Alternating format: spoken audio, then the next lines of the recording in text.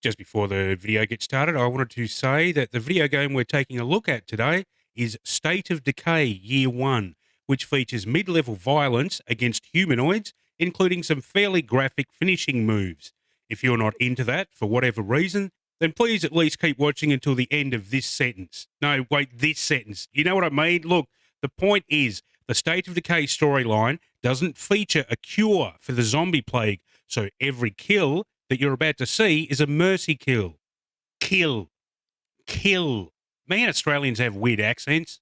If you still don't want to watch this video, then why not do some knitting or plant some flowers? That's not a roast. Jumpers and flowers are freaking awesome. Okay, so we good? Let's go.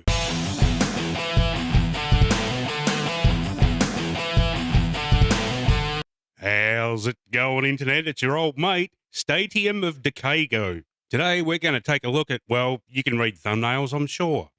State of Decay is a game by the, in this case, aptly named, Undead Labs, released for Xbox 360, Xbox One, and Microsoft Windows in 2013. Wait, why do people always call it Microsoft Windows? Is there another non-Microsoft version of Windows available? And if it's a branding thing, then why don't we call the console Microsoft Xbox? What are your rules, Microsoft?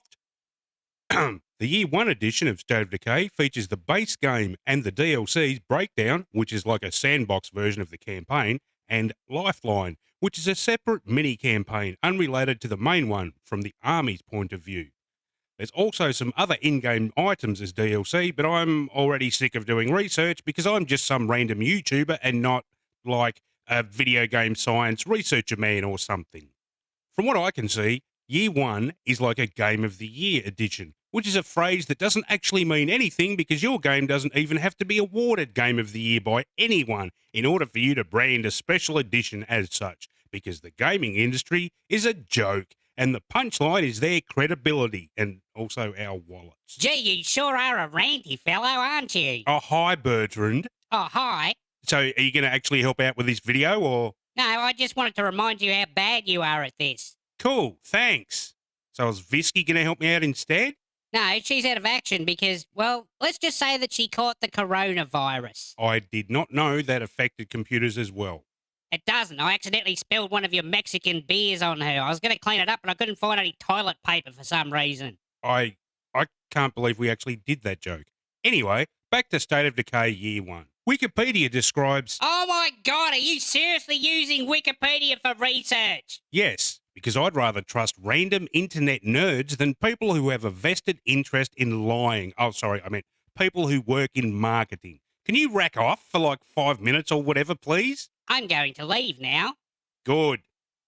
Wikipedia describes the game as an action-adventure survival horror stealth video game. And who am I to argue with Wikipedia? I would add, though, that the fact that there's a persistent world makes the game seem like it wants to be a simulation more than a game, which is fine if it's implemented in a fun or fair way. So, is the game fun or is it fair? And the answer is, sure, why not? Because I'm not very good at writing. You collect resources for your base, which you might need to move from eventually so you can have a bigger base. In order to acquire a bigger base, you need to have a certain amount of materials and a certain number of characters on your roster. You get multiple playable characters who come with certain stats or skills, such as Powerhouse or Expert Mechanic. I think you'll find it's tools expert, Dingo. And you can change between characters during play unless they're off doing their own thing, which don't even get me started on that.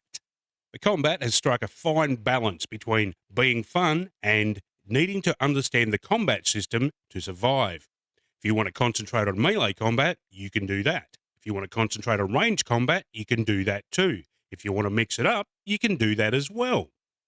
With the exception of certain special attacks, you get access to all the useful moves straight away. You can learn the basics and then finish the game just using them, or you can concentrate on learning new combat skills to add more versatility to your repertoire of violence. You can also upgrade your base in multiple ways. For instance, if you build a medical facility, then the folks on your roster can heal quicker when you're not using them. If you build a workshop, then you can build and repair weapons, and eventually you can repair cars if you have someone on your roster who has Expert Mechanic. Yeah, it's still tools expert. Speaking of cars,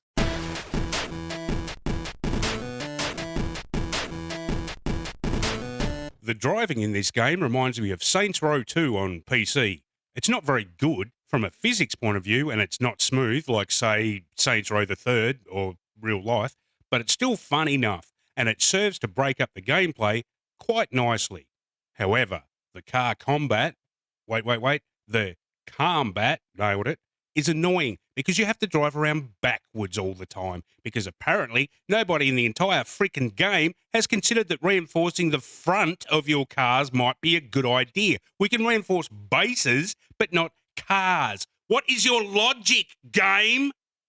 And that right there, that's my experience with this game in a nutshell. Driving cars is fun and all, but it's also not, because you can't just have fun with it by driving into zombie hordes. I mean, you can, but most cars will only take what feels like about 10 hits to the engine before they blow up.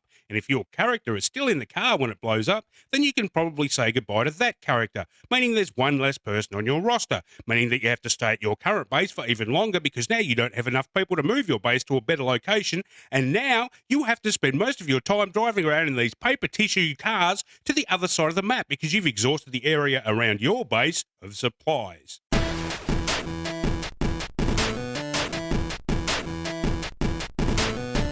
Oh, but Dingo, why don't you just reload your save game? Mate, I would love that. But State of Decay Year 1 doesn't have that kind of save system. It automatically saves the game while you're playing it.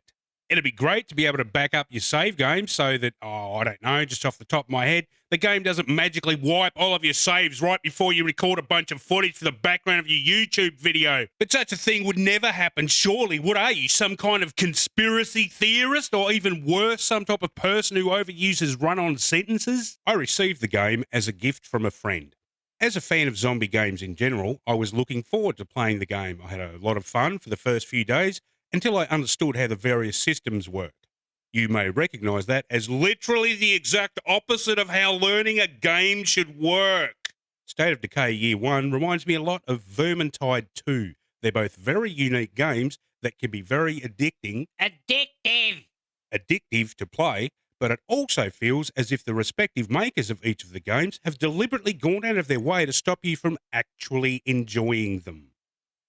The games, not the devs. Although maybe that too, I don't know, I don't do social media. Also, I want you to know that I just removed about 3 pages of this script about why Vermintide 2 is a major design failure in multiple areas. You're welcome, Internet. I know I don't act like it, but I do respect your time. Unlike frickin' State of Decay Year 1. A lot of things about State of Decay Year 1 sound absolutely brilliant on paper, but are, in practice, just annoying as heck. For example, let's take the fact that it's a persistent world. Or in other words, a lot of stuff keeps happening in real time, even if you're not in the game. That would be fine if the game were an MMO, and I could probably forgive the game for that if it had multiplayer, but it doesn't. Yes, State of Decay 2 does, but don't even get me started on that whole debacle. How you think the persistent world will work. I'll leave that quest for my next gaming session, and also my resources will pile up so I can just build that new building when I log back in. How the persistent world actually works. The main person I was using has died because I didn't log in for like 3 days, and now I have to start leveling someone else. Of course, you could just keep swapping between all the characters so they're equally leveled, and I think that's how you're supposed to play the game, but that just creates more frustrations. You get into the right headspace to use character X, but then you're using character Y, and you die because you try to use that one awesome move that character X has, which obviously doesn't work because you're on character Y, and now, oh dear, now you're dead, so you have to use character W. You thought I was going to say character Z, but character Z already got killed by a feral zombie because you had no idea that that zombie was there in the bushes because the enemies don't appear on your map until they're attacking you. However, dealing with this permanent death issue does make the game a lot more intense. I've given this game a lot of flack for forcing permadeath on me, but that's also stopped me from faffing around way too much like I normally do. I've never left a vault in a Fallout game, for instance. I'm joking. You know what? There's a sense of urgency to the game which I think is completely appropriate, regardless of how much I personally hate that aspect of the game. But The game has various bugs which only compound these already questionable design issues. And again, I just deleted another 3 pages about Vermintide too, and again, you're welcome. Here's a list of the various bugs I've encountered in State of Decay Year 1. Enemies can appear out of thin air right in front of you, including some of the specials that you really need some space to deal with effectively. Sometimes missions won't trigger for you. They will trigger you, but they won't trigger themselves. Zombies can get caught on the walls. The pathing for your teammates, some missions are escort missions, which are never fun, is more of a joke than a chicken crossing a road with a Frenchman, an Irishman, and an Australian. Sometimes the cars will flip because you drove over the wrong blade of grass, which, no, don't do that, game. This next one's not technically a bug, but I'm putting it in here anyway. Due to the way the game's designed, you can accidentally start up certain missions while you're on your way to begin another. Needed to get back to base to unload your inventory because your inventory is full? Well, now you can't go back because you have to do this mission which just triggered right now, or you will fail that mission that you didn't even want to do because the game will fail you if you leave the mission area, and it's not like you can just retry the mission later because of how the freaking save system works. And sure, you can just quit out and reload the game, but remember that might cause random deaths on your roster, so maybe don't do that. Still, these bugs don't happen often enough that I could reliably get footage for them, which is nice, I guess. Apart from the pathing issue, I managed to get some footage of that. That gives new meaning to the phrase fancy running into you here. Oh, and here's some more footage of a few different zombie glitches as well.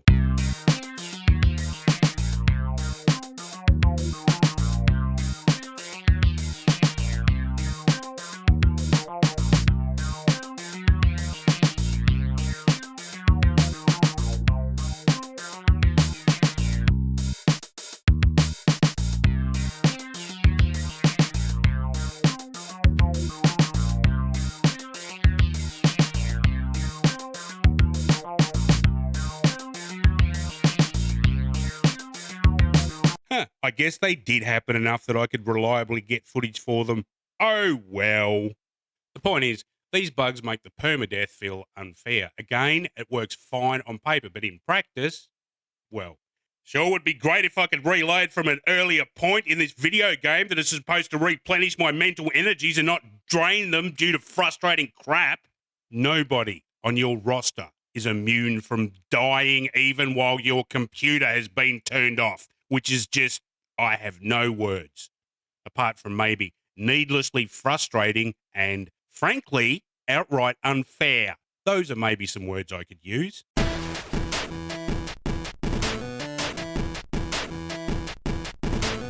Yeah, the graphics are okay, I guess.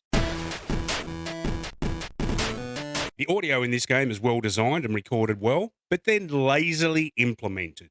For instance, the voice acting is pretty good, but the game also suffers from the same issue as Elder Scrolls Oblivion. Many of the characters clearly have the exact same voice set as other characters, which is pretty immersion ruining if you ask me, which you shouldn't need to because I just told you what I think about that issue. Great casting on the main characters though. And I should also mention that you can turn the voices off if you want to.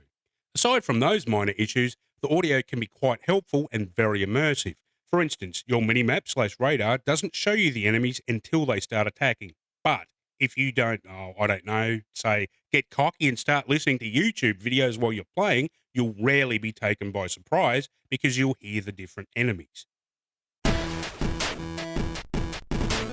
The writing in this game is okay. It sort of irritates me, but there are also some genuinely funny bits of dark humor.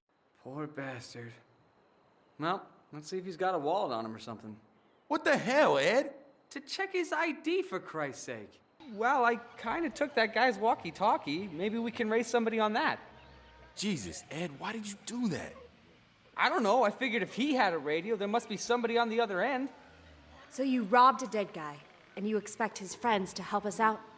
Wait, who says they're his friends? I mean, maybe they didn't even really like the guy. Dad? Dad, are you there? Oh, shit. One thing really irritated me, and I refuse to make this video and not address it. You probably won't care, but I do, and I'm making this video. And also very weak flexes. When you start the main campaign, you start off with 2 characters, Marcus and Ed. who were returning from a 2-week fishing vacation. When you first attacked, Ed says something along the lines of, "Why is everyone a cannibal now?" Hell, man, we're gone 2 weeks and what? Everybody takes up cannibalism? Okay, I guess this takes place in a world where people haven't heard of zombies before. Cool, I can dig that. Except... Seems like the only way to stop them for good is with a shot to the head. Anything else, they just keep coming. So you're saying those things are zombies? So let's get this right. Ed, who has heard of zombies before, assumes it's more likely that everyone has turned into cannibals than that they've turned into zombies. And why doesn't Marcus suggest that maybe they're zombies? Not even a one-liner about how everyone looks dead tired, or even a good one-liner. What could make people en masse turn into cannibals in just 2 weeks? There's no way all the food supplies could have run out that quickly, thereby forcing everyone to start eating each other. Toilet paper supplies maybe, but the game doesn't mention anything about the coronavirus, so that idea scans about as well as an epileptic walrus who works at a supermarket. And just to be clear, the problem isn't their epilepsy, it's that their flippers make it hard because they can't hold the scanner device properly. The epilepsy is just a thing about them that differentiates them from the other walrus who works in the same store as them. That's like if you knew 2 guys called James and you called one of them Jim, and the other one, of course, Lord Tamberley Pembington III, Earl of Gloucestershire, PhD, ABCDEFGHIJKLMN. Oh, wait, people don't actually use hand scanners anymore, do they? Oh, well. Point is, could they be zombies? Not the default question there. Like, if everyone started sucking blood from people's necks, would Ed be like, "Oh, why is everyone giving each other such intense hickeys?" Instead of, "Holy crap, vampires are actually real?" Or whatever. I've already put too much thought into this whole thing, but you see what I'm saying. Now, I know that's not really a big deal, but it really, really irritated me. Beyond this, though, I found the plot and dialogue decent enough, if a little formulaic. Simply put, I have no meaningful complaints about the writing. In fact, there was one thing I really liked about it. Now, just before I get onto this, I want to make it 100% clear that I couldn't give 2 hoots about woke culture or social justice warriors. And let me finish. What I do love to see is inclusiveness.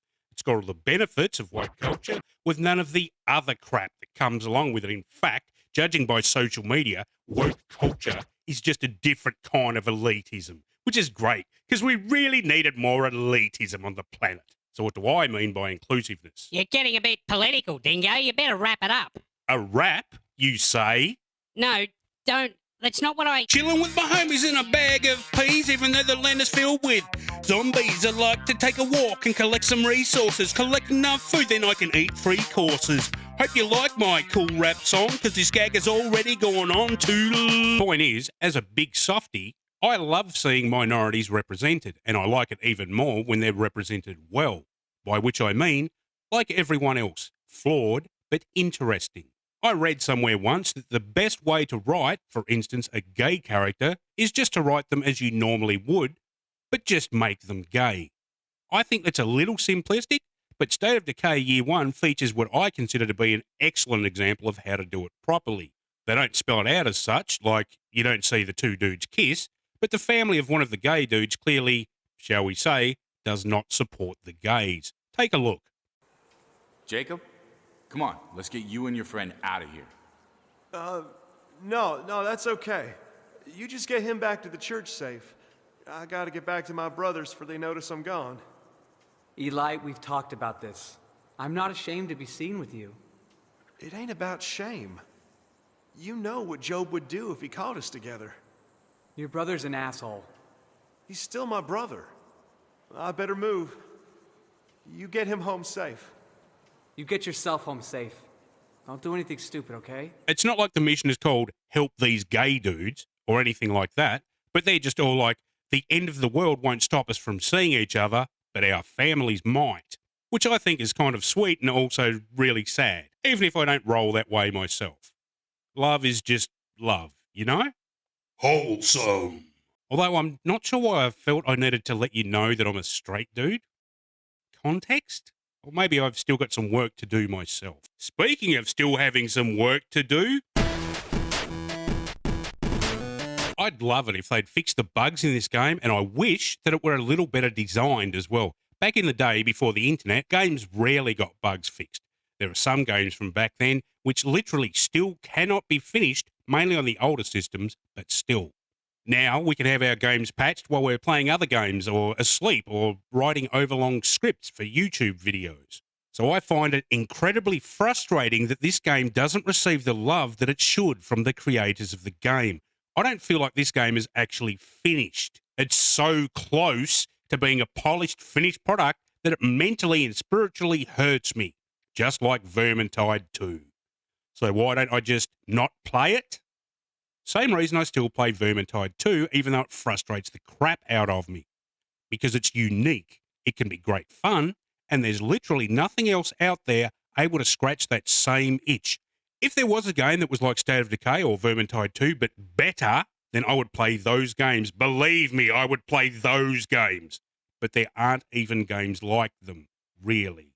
And no, Deep Rock Galactic isn't anything like Vermintide 2. It's like Vermintide 2 in the exact same way that a guitar is like a piano. State of Decay and Vermintide 2 are stringed instruments. You heard it here first. Do you have a friend who's like really annoying? Not someone who's a bigot or toxic or whatever. Just someone who you like hanging out with, but every few weeks or months or whatever, you find yourself thinking, oh yeah, I forgot that you're like that. I feel like a good example of this would be me when my kids suggest that I watch Full House. They're like, let's hang out and watch some stuff. And I'm like, don't kiss your niece on the lips. That's just creepy and weird, Uncle Jesse. And then my kids are like, oh yeah, this is why I never invite Dad to watch Full House. And then I'm like, you seriously didn't expect me to do that? Come on now. Whatever happened to predictability? Huh? Huh? Well, that's how I feel about State of Decay Year 1. State of Decay Year 1 is my annoying friend. I know it's going to annoy me sometimes and probably more often than I'd like, but I accept those flaws because that's what you do with annoying friends. Because without them, the world would be a little more boring, a little more dull, and a little less colourful, even if they do irritate you from time to time. That's the trade-off. I mean, unless they're a bigot, obviously, you deserve better than that. Look after yourself out there, folks, because nobody else can look after yourself out there, folks. That was a great metaphor, but you implemented it terribly. Yes, do you see the metaphor at work here, Bertrand? For all I've said about the game, even with all the frustration it consistently brings me, I'd still recommend it. Like I said before, this was gifted to me, but I consider it great value if I'd bought it. I like to get 1 hour's worth of entertainment out of a game for every $1 Australian that it costs. State of Decay Year 1 costs about $43, and I've got 91 hours worth out of it so far. And I think you'll agree that's decent value for money, which is something I can appreciate. Something else I can appreciate is the fact that once the game has loaded, you can just keep on playing. You never have to see a loading screen or anything, and that's pretty freaking cool. I love to see stuff like that. I am here for immersion, let me tell you. Sonny, Jim, Bob, old matey, young sport, hey champ, me bucko, me lad, my boy, my baby boy, my sweet baby boy, my yeet baby boy. Why did I keep that in? State of Decay Year 1 is my annoying friend, and it can be yours too. Or some other thing to say that sounds like I'm ending the video. Oh, for goodness sake, remember to like and subscribe, hit the bell for notifications, and feel free to comment and share. I've been Bertrand, and you haven't. And I've been Strontium Dingo, and also Bertrand. Enough with the meta stuff already! Bam! And the dingo is gone.